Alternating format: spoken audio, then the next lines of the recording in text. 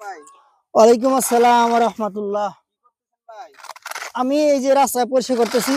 এখানে যারা এই ধানের সিজনে, এখন বর্ষা সিজন, যারা ধানের খের বা বন আপনি যেটা বুঝেন লাড়ছিল, এটা এখন এই যে বৃষ্টি পানিতে পচে গেছে। এটা যদি পরিষ্কার না করি তাহলে কিন্তু এই হবে যে মোটরসাইকেল বা অটো রিক্সা, সিএনজি চাকা স্লিপকে দুর্ঘটনা ঘটার সম্ভাবনা আছে। তো আমি ভাবলাম যে এই অনেক শুনছি, অনেক জায়গায় দেখলাম ফেসবুকে যে দুর্ঘটনা এভাবে ঘটছে। তো আমার এলাকায় যাতে কোনো প্রকার দুর্ঘটনা না ঘটে, আমি সেই জন্য আমি নিজে উদ্যোগীটা পরিষ্কার করতেছি।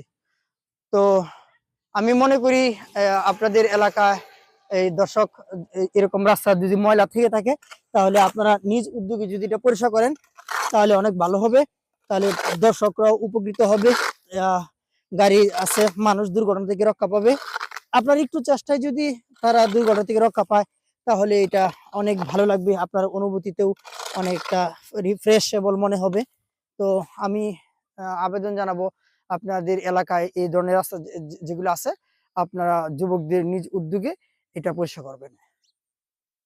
তো ভাই আপনি তো একটা মহৎ কাজ করতেছেন ভাই। আপনার এই উদ্যোগটা দেখে আমাদের যারা সচেতন আছে সবাই আপনার উদ্যোগটা গ্রহণ করবে। জি, এটা গ্রহণ করলে ভালো হয়, এবং এই ধরনের উদ্যোগকে আমি সাধুবাদ জানাই, এবং আমি আগেই তৈরি এই কাজটা করে দেখাচ্ছি যাতে সবাই করে আর কি।